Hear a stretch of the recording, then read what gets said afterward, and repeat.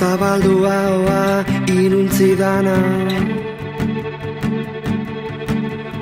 berba gaiztorik esan ez dagizun, zarratuko dizut bizia. Los ingleses venían en barcos, trabajaban la mayoría en las minas de Río Tinto, sobre todo las clases, los que mandaban, ingenieros, arquitectos, tal, lo que sea, ¿no? Entonces ellos vienen a Huelva y empiezan a jugar al fútbol. A su vez, como la parada principal es Bilbao, pues también en Bilbao se crea ya prácticamente los primeros equipos de fútbol. Pero en la mayoría de los equipos grandes, Barcelona, Madrid y tal, también había muchos ingleses, y esos ingleses, sobre todo en Barcelona, el fundador es un inglés. Aquí se va jugando, pero no ha habido ingleses los que han creado Osasuna. Aquí juegan equipos modestos, equipos de barrio, de cuadrillas, así, sin más, hasta militares, y mucho militar. Miles de militares. Había, en Pamplona posiblemente entonces habría más militares que civiles. Pamplona era muy pequeño porque el campo del Ensanche es lo que eran los cines Carlos III, que ahora han tirado ese edificio.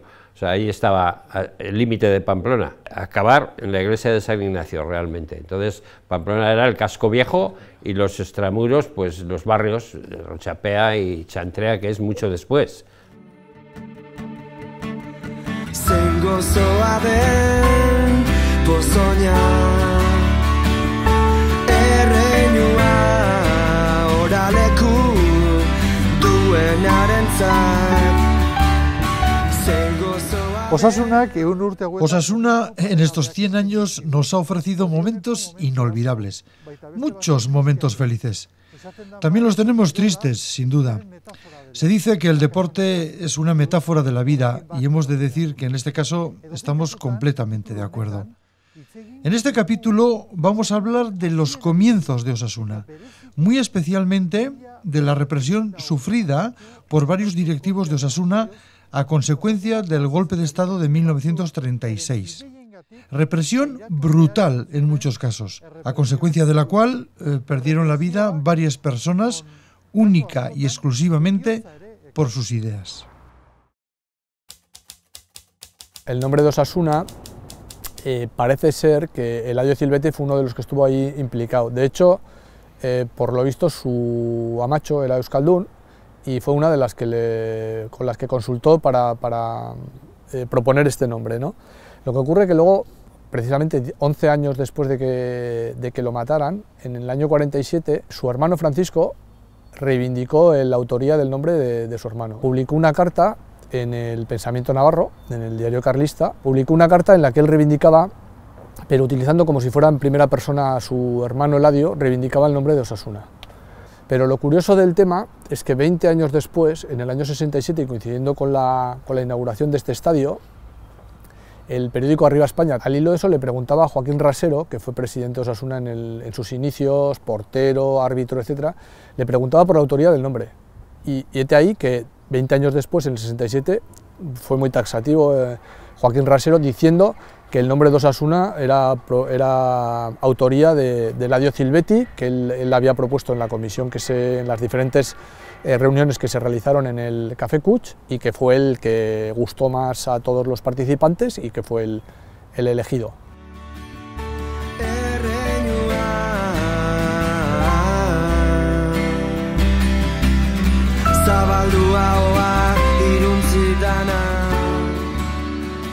Cada regimiento que había, porque aquí había artillería, infantería, ingeniería, había de todo. Además, a nosotros nos ha tocado hacer la mili y aún existían todos esos cuerpos. Entonces, lógicamente, ellos son los que más jugaban, los militares. Prueba de ello es que luego juegan en el Ensanche y juegan en el hipódromo. El hipódromo es un campo donde la caballería aquí era artillería a mulo, que eran caballos, los ingenieros tenían caballos y usaban el hipódromo, que era luego le pusieron las dos porterías y es donde luego jugaba Osasuna antes de jugar en San Juan. Luego más adelante se llamó Estadio General Mola. que es donde ahora está el baluarte. En esa época, en el año 20, había una resurrección de volver a las viejas costumbres, de volver a recuperar el folclore, y en ello estaba también el recuperar la lengua, nuestra lengua, el euskera. Y creo que fue una de las razones por las que se eligieron esos tres nombres, porque lo que se quería era contar con una denominación distintiva con respecto al resto de equipos, que fundamentalmente estaban influidos pues por palabras inglesas, porque el origen de este deporte es Inglaterra. Habitualmente ese otro tipo de clubs adoptaban nombres pues, en inglés, pues como Athletic, por ejemplo, que es un nombre en inglés, o otro tipo de Racing, o nombres que eran un poco más relacionados con la cultura anglosajona. Y aquí lo que se pretendía es que el nombre del equipo, de la ciudad, fuera distintivo de la cultura nuestra, de nuestra lengua, etc. Y de ahí un poco lo de Osasuna, que al final se ha descubierto casi un nombre muy acertado, porque ha pasado a la historia. Eladio para mí siempre ha sido el hermano de mi abuelo. La figura de Eladio en la familia estaba envuelta en un halo de misterio. Sabíamos que había muerto en la guerra, pero no mucho más. Evidentemente sabíamos que puso el nombre a Osasuna. Solamente esas dos cosas sabíamos de Eladio. Eladio Zilbetti nace el 4 de diciembre de 1898 en la calle Comedias de la vieja Iruña, en una época en la que la ciudad, que todavía es predominantemente agrícola y comercial, comienza a abrirse a los nuevos vientos de modernidad que llegan tanto en lo cultural como en lo social, en lo económico, en lo político. Sus orígenes familiares proceden del Pirineo navarro. Su padre Bartolomé nació en Auritz y su madre María nació en Bizkarreta, por lo que hemos podido deducir que tanto su origen familiar, sus padres, lo que buscaron en la ciudad seguramente eran un nuevo escenario donde ganarse la vida. Aquí a mis espaldas se encuentra el número 9 de la calle Mercaderes de Iruña, donde Eladio Zilbetti y su familia montaron su primer negocio de paños y tejidos, y donde el propio Eladio posteriormente fundó su agencia de publicidad que se llamaba Tirren. Los padres de Eladio vinieron de un pueblo pequeñico y eran euskaldunes. Al menos la madre sí. Buscaban nombres en euskera para Osasuna y fue a la madre a quien preguntó para recabar ideas, porque era euskaldun.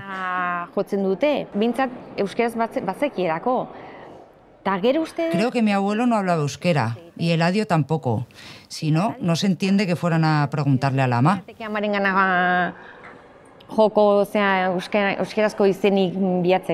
Es un personaje muy inquieto y que prácticamente muy joven ya comienza a moverse en el mundo social, deportivo, cultural de la ciudad.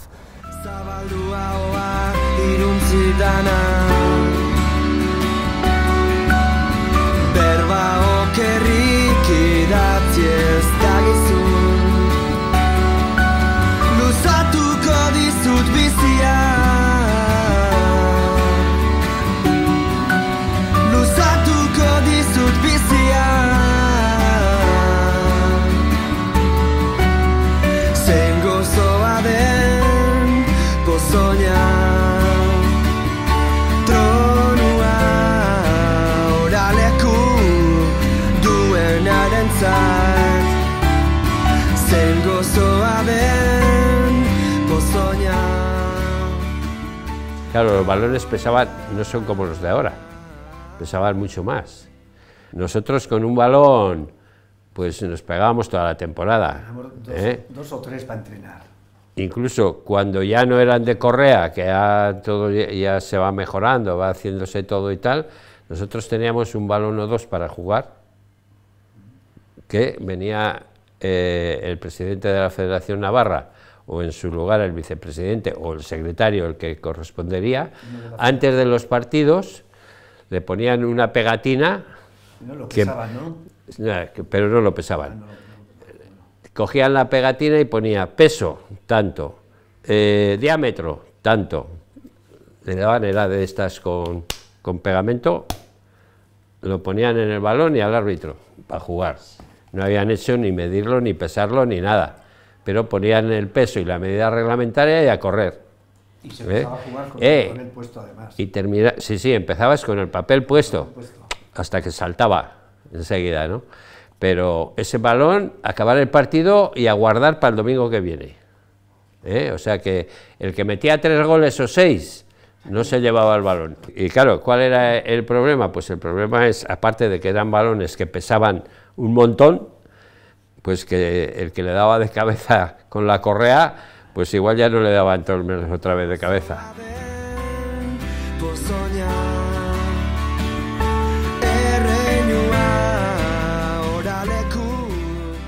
Eladio Zilbetti era el mayor de 6 hermanos y en su familia tenía 2 hermanas monjas, es decir, yo creo que él no llegó a la militancia en la NV por anticlericalismo ni mucho menos. Es más, en los últimos días de su vida se confiesa a un sacerdote y demás. Entonces yo creo que él, por esa inquietud política, seguramente por ver toda la influencia que tenía la Iglesia en el PNV, y él esa faceta de haber contactado con otro tipo de círculos, porque claro, dentro de todos estos artistas con los que él contactó, había muchos que no eran abertzales, eran pues anarquistas, eran socialistas. Yo creo que por toda esa influencia, esa amalgama de ideologías diferentes, él fue un poco cogiendo de cada una y decidió que cuando se creó ANV en el año 33, pues él se vio que en ese partido político se encuadraba mucho mejor su pensamiento ideológico que lo que podía ser dentro de otras formaciones como podía ser el PNV. No sé bien, pero creo que inició el cine pues, en Navarra o en Iruña. No sé, trabajaba en una agencia de publicidad. Se me ocurre que era una persona así, pues nerviosa, inquieta, que tenía muchas aficiones. Por otra parte, la familia de su viuda se movía en ambientes pues culturales, diversos, ricos. No sé, yo estoy convencida de que tenía muchos amigos, sí.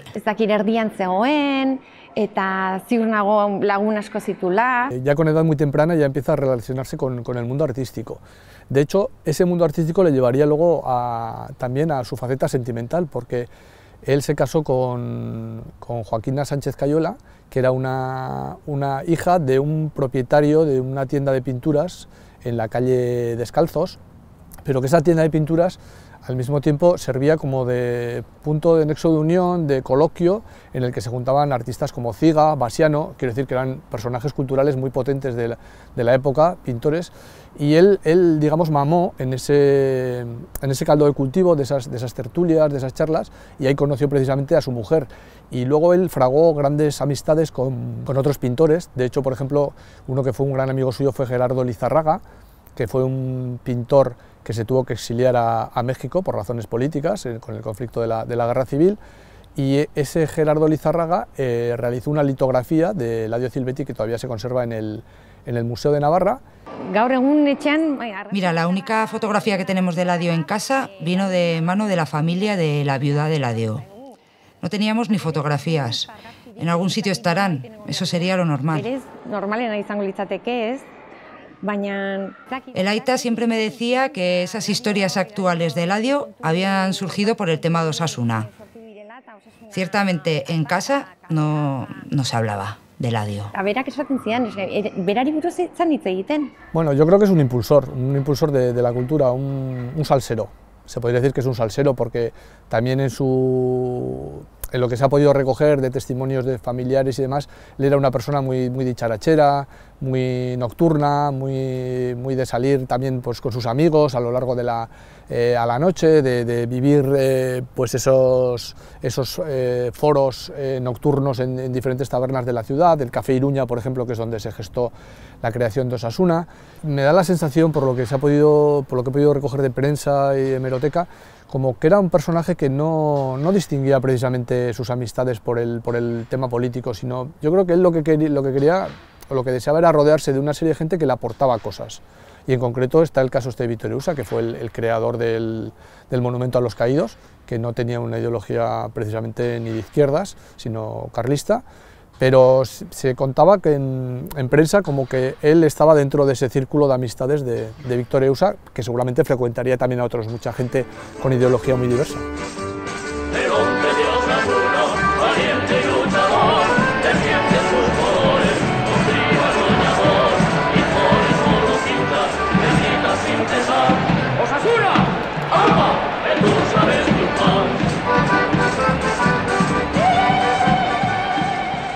Había veces que, según dónde, que metían el balón y claro, lo meten y no le daban vuelta al balón de toda la semana metido en el asca y no le daban vuelta y el balón estaba empepinado.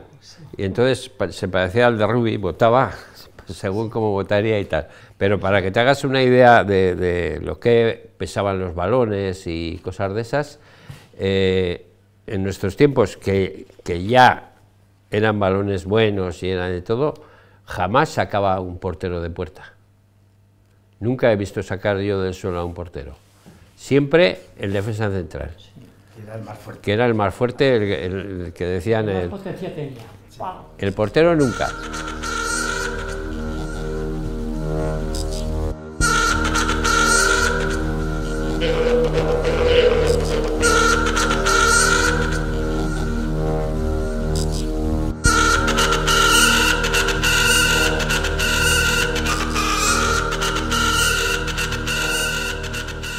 No es a Eladio el primero al que detienen, sino que es a su hermano, Francisco, que lo detienen en octubre y lo llevan al penal de Ezkaba.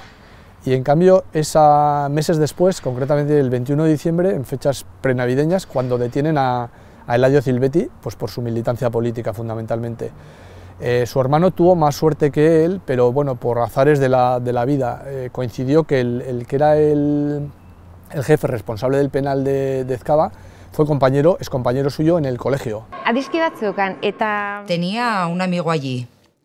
Ellos tenían una lista con varios nombres y conforme iban subiendo en la lista se llevaban, no sé, se llevaban esas personas a fusilar.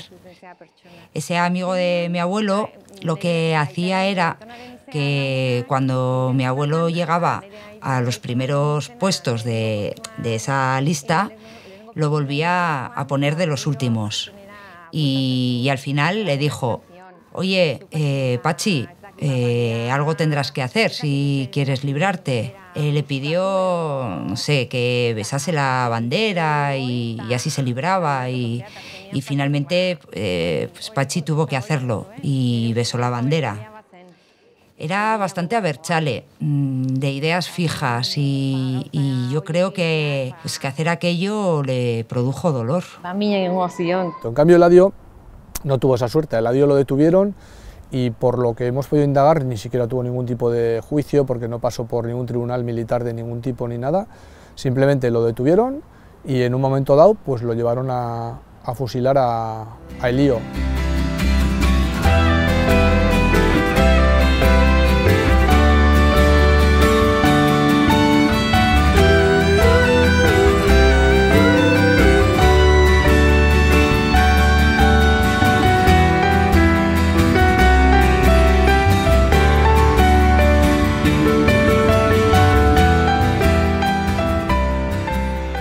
Jesús Jáuregui Gorraiz cuenta en un pequeño escrito sobre las vivencias de sus familias. Su familia era originaria de aquí, de esta zona, y cómo su abuelo trabajó aquí en el señorío de Elío y cómo fue testigo del fusilamiento de Eladio Zilbetti y de su enterramiento. De hecho, su madre le contó cómo quien murió aquí era una persona de una familia de Pamplona, de comerciantes, que tenían una tienda de paños y que era de origen nacionalista, lo que concuerda un poco con la descripción de Eladio Zilbetti y de su familia. Eladio estuvo aquí enterrado durante 4 años, porque fue en enero de 1940 cuando finalmente su viuda lo pudo reclamar y lo trasladó al panteón familiar que los Zilbetti tienen en el cementerio de Iruña.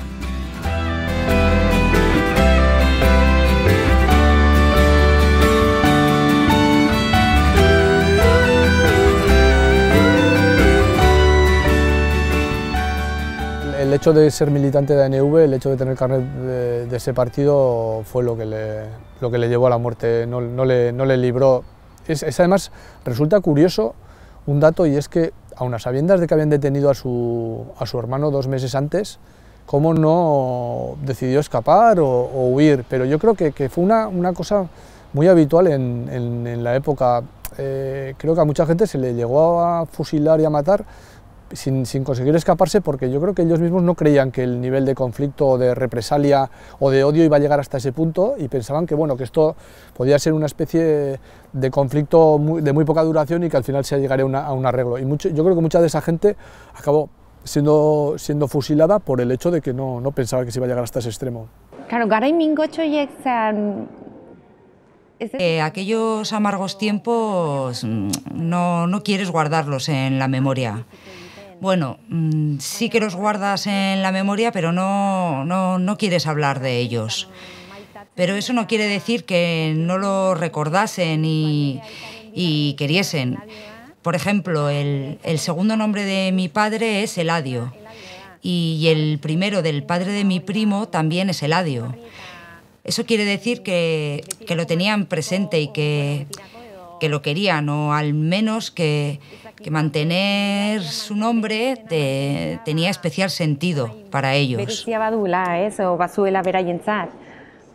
Pero luego el cura que le confesó, Alberto Oficialdegui, que era el cura de Ibero, este hombre, aparte de sacerdote, era fotógrafo y etnógrafo, aficionado. Recogía las costumbres de la zona, tiene libros sobre costumbres, de danzas, cultura, etcétera, de los diversos pueblos de la zona de Iruñerría.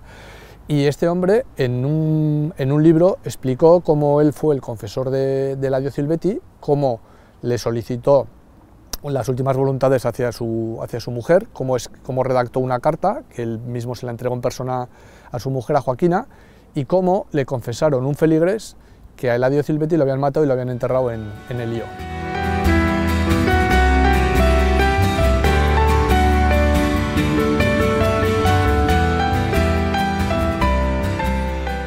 Bueno, antes para empezar a jugar con unas botas nuevas, más de un mes tenías que estar haciendo las botas a tu pie. Tomándolas. Sí. Más de un mes. Eso nosotros, los anteriores a nosotros, pues ni te cuento nada. Primero les echas alcohol y entonces se ablanda el cuero. Entonces sales, entrenas y tal, y vas haciéndolas y pegando un poco al balón y tal. Y estas mismas botas, por ejemplo, en nuestros tiempos, para calentar, como no había calentamiento como ahora, no salíamos al campo a calentar, no se podía salir.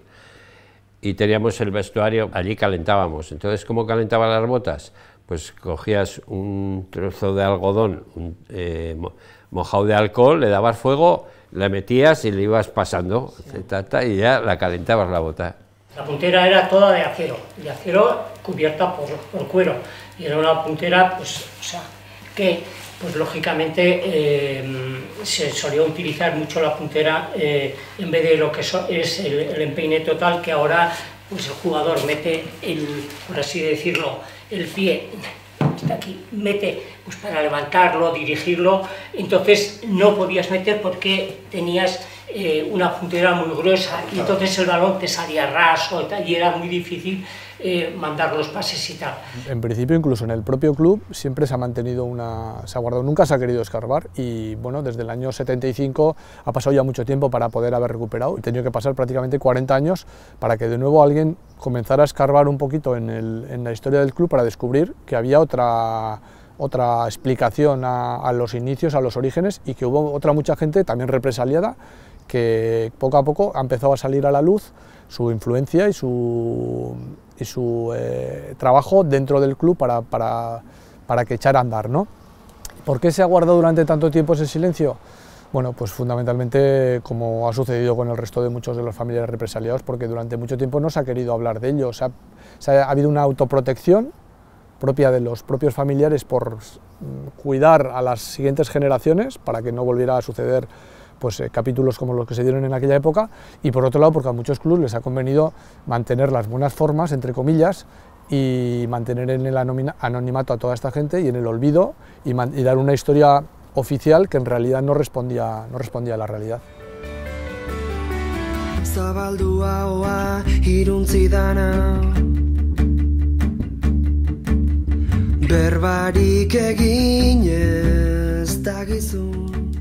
Natalio Cayuela nació en Barcelona en el año 1892. Su padre era Leonardo y su madre Concepción, y se casó con Amparo Arrecibita. Estudió Derecho en la universidad y una vez terminada la carrera ejerció como abogado. Se percató de que en el juzgado de Iruña estaba vacante el puesto de secretario y se presentó. En 1922 le nombraron secretario del Tribunal de Justicia de Navarra. Era un hombre muy activo, bien colocado profesionalmente y con unas firmes ideas de izquierdas. Fue uno de los más destacados creadores del periódico de izquierdas denominado Los Promotores de la Democracia y miembro de la Liga de los Derechos del Hombre. También era militante de Acción Republicana. Era, como se puede ver, muy activo políticamente. Por otra parte, en su vertiente social, fue presidente de la Cruz Roja y además presidente del club de fútbol Osasuna. Aktiboa izan zen politikoki, baina horretaz aparte ere sozialki, Gurutze Gorriaren erakundean ere lehendakaria izan zen, eta horretaz aparte Osasun futbol taldearen lehendakaria. Pues Natalio Cayuela es un hombre muy implicado en la vida social de Pamplona durante los primeros años del siglo. Es un hombre que cubre la faceta deportiva, la faceta social, la faceta política. Y es un hombre sobre todo muy importante en la historia de Osasuna, con un paso extendido en años, incluso estuvo 7 años de presidente en una segunda etapa, que eso hasta 1960 nunca se volvió a dar un caso de una, digamos, de una estancia tan larga en la presidencia. Y es sobre todo muy importante porque con él al frente del club, Osasuna subió de tercera a primera división. Pasó de ser un equipo de, digamos, de pueblo a ser un equipo importante en la Liga Española.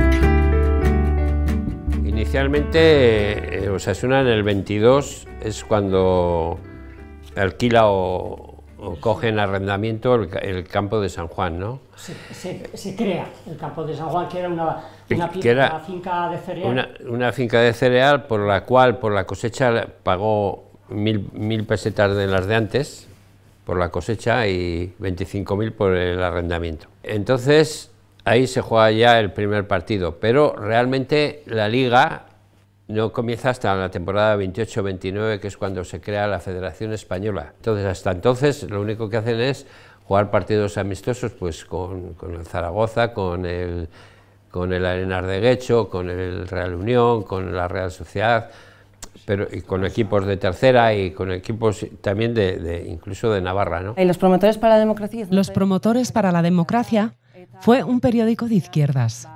Eran pocos, pero su influencia era profunda. Se extendía a la zona de Iruña y Tutera y estaban presentes en la Ribera Navarra. En 1930, militantes de Acción Republicana y otras personas con ideas de izquierda crearon el periódico La República.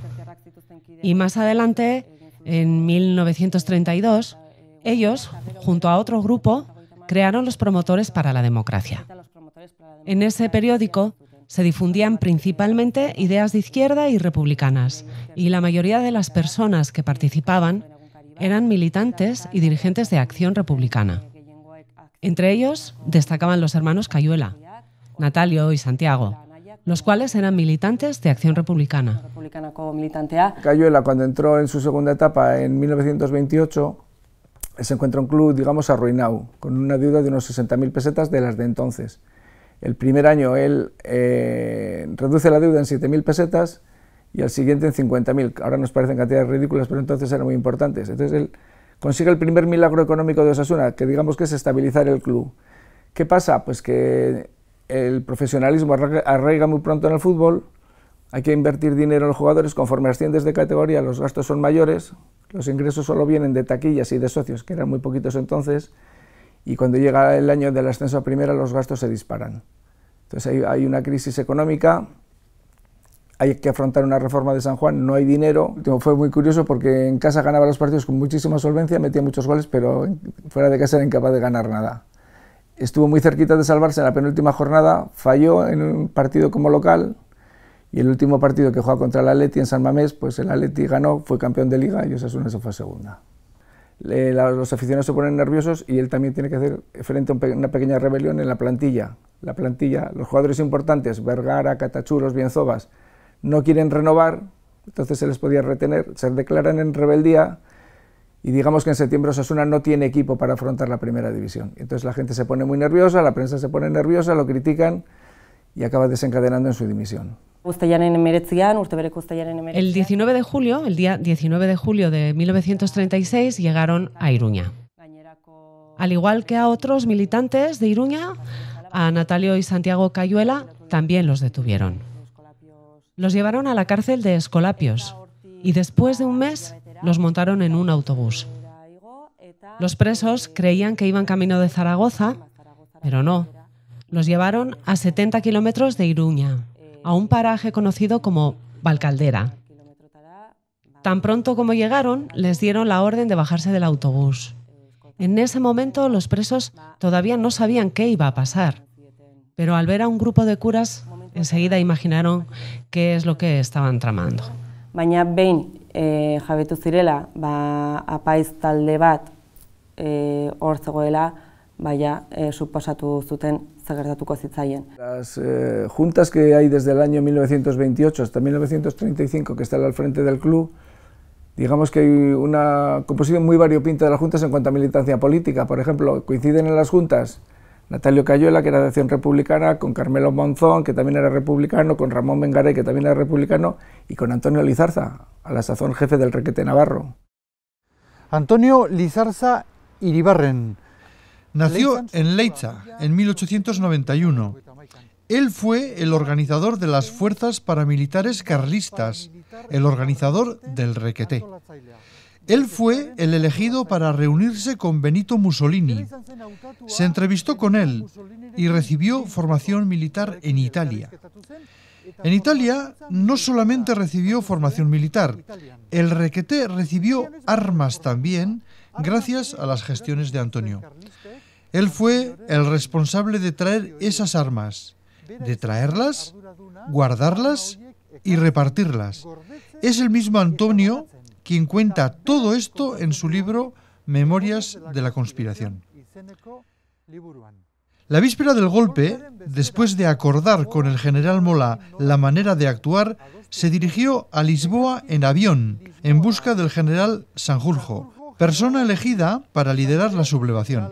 Ciertamente, ese general ya había protagonizado otro intento en 1932 y fue elegido para liderar este de 1936. El avión que transportaba a Antonio Lizarza hizo una escala técnica en Burgos y las fuerzas republicanas pudieron detenerlo.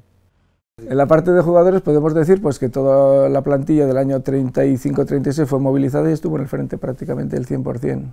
Y estuvieron en el bando golpista, digámoslo así. La mayoría eran carlistas y otra parte eran falangistas. Y estuvieron en el frente, algunos de ellos con heridas de guerra importantes, algunos de ellos condecorados. Es curioso el hecho de la familia Urdíroz, Emilio Urdíroz y Martín Urdíroz, que fueron entrenador y jugador de Osasuna. Su familia también tiene mucha tradición, digamos, socialista, cercana al OGT, y algunos de ellos acaban en el campo de Gurs. Pero es cierto que había una cúpula dirigente con unas ideas, digamos, izquierdistas, nacionalistas, vasquistas, y en el momento de la movilización, pues todos fueron con el, digamos, con el bando nacional. Y luego se da el caso como, por ejemplo, Catachú, que era un extremo que hizo época en Osasuna, un gran jugador. Su familia no era de ideas, digamos, derechistas. Al contrario, se cuenta que en el bar Catachú, todavía existe, era un lugar donde se quedaba para pasar la muga a mucha gente que lo necesitaba. Catachú fue movilizado en el bando nacional.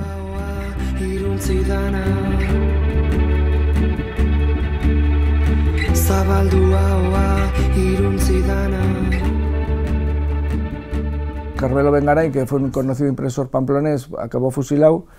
Es curioso porque a Ramón Bengaray lo detienen cerca de Puente la Reina, si no recuerdo mal, junto a Alberto Lamas, que Alberto Lamas fue vocal de atletismo en una junta de Osasuna hacia el año 1923, y entonces era director del periódico El Demócrata. Los dos son detenidos y fusilados. La verdad es que hubo una sangría con componentes de aquellas juntas. Bueno, y hay que recordar también el asesinato de Eladio Silvetti, el asesinato de Fortunato Aguirre, que también fue directivo en la primera época de Osasuna. Y no sé si la historia nos acabará descubriendo que había alguno más, pero la verdad es que hubo una auténtica sangría, sí.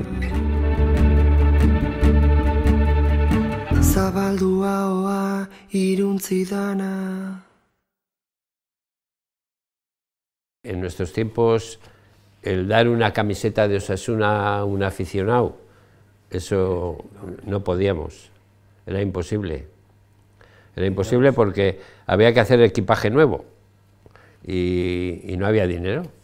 No había dinero y nada, ni las camisetas llevaban el nombre del jugador. Había camisetas del 2 al 11. No había cambios. No existían los cambios. Solamente se podía cambiar el portero si se lesionaba. Entonces, en el banquillo solamente iban el entrenador, el masajista, el delegado y el portero suplente. Estábamos jugando, se lesionaba un jugador y si se había roto la pierna o lo que sea, se lo llevaban y nos quedábamos con 10. No había cambios. Si ese jugador no se había roto la pierna y no se lo llevaban, se quedaba allí arriba delante al lado del área, y si le venía una, normalmente le venía una porque lo dejaban, nada, a marcar a otros, y le venía y metía gol, y era el gol del cojo. El famoso gol del cojo. O sea, pero no se iba, se quedaba allí. Solamente un mes duró con vida Natalio Cayuela desde que ocurrió la sublevación. Durante su corta vida, y a pesar de que acabara de esa manera tan trágica, hizo cosas verdaderamente interesantes. Fue un gran impulsor de las ideas de izquierdas. Es curioso comprobar cómo el general Emilio Mola, a la hora de elegir las personas que había que fusilar, en el caso de Cayuela, no ponía el acento solo en su faceta de militante de izquierdas, sino que lo consideraba un conspirador. Idei ezkertiarrak zituen pertsona bat, baizik eta konspiratzaile moduan jarri zuen Natalio. Durante muchos años, un emblema de la sociedad navarra, como era Osasuna, que aglutinaba a muchos navarros y demás, pues se ha mantenido en el olvido el hecho de que la autoría del nombre fuera de un Abertzale, de un personaje de izquierdas, porque al régimen durante todo ese tiempo no le convenía decir que, como digo, que un emblema, un ejemplo de la sociedad navarra como la Osasuna fuera obra de un republicano, un izquierdoso, un Abertzale, ¿no? Para mí es importante saber cómo murió. Cuando te dicen que tu tío, que fue fusilado en la guerra, no te das cuenta qué es lo que quiere decir eso. No me he dado cuenta de eso hasta ahora. El club tiene una gran deuda con estos inicios y con muchos de estos personajes, pero yo creo que alguien como Natalio Cayuela sí que merecería tener su sitio en el club y su reconocimiento. Son 7 años al frente del club, es un salto de tercera a primera división que solo lo ha hecho Fermín Ezcurra, y digamos que con Cayuela el club pasa de ser un club de pueblo a un club importante en primera división, importante en jugadores. Es el equipo de 1935 será uno de los mejores de la historia de Osasuna, por futbolistas, de los mejores de la historia. La herida sigue abierta, sigue abierta, sigue abierta, sigue abierta.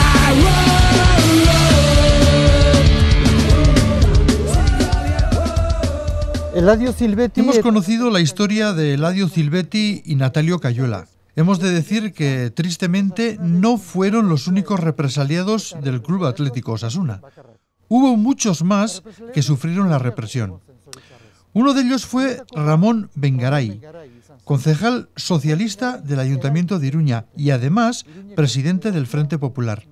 Ramón fue asesinado. Hemos de nombrar también a Fortunato Aguirre. Fortunato, además de ser fundador de Osasuna, también lo fue de la Ikastola de Lizarra. Cuando tuvo conocimiento de las maniobras militares que llevaban a cabo los falangistas y carlistas, se lo hizo saber al presidente de la República, pero este no le hizo caso. Carmelo Monzón es otra de las personas represaliadas. Fue directivo de Osasuna durante varios años, hermano de Jesús Monzón, conocido militante comunista de Iruña. Antes de la guerra incluso, los falangistas le pusieron un coche bomba y tuvo que huir a Francia. Andrés Jasso Garde, jugador de Osasuna en la temporada de 1930-31, murió en un bombardeo. Justo Vizcarra, otro de los socios fundadores de Osasuna, primer presidente de la Esportiva, militante de la UGT y del Partido Comunista, tuvo que irse al exilio. Francisco Indave, presidente de Osasuna, también represaliado. Emilio Urdíroz fue jugador de Osasuna y era el entrenador cuando Osasuna subió por primera vez a Primera División. Lo encarcelaron en Iruña. Vicente Rey, masajista de Osasuna, de ANV. Cuando cayó Cataluña, huyó a Francia y estuvo internado en el campo de concentración de Gurs.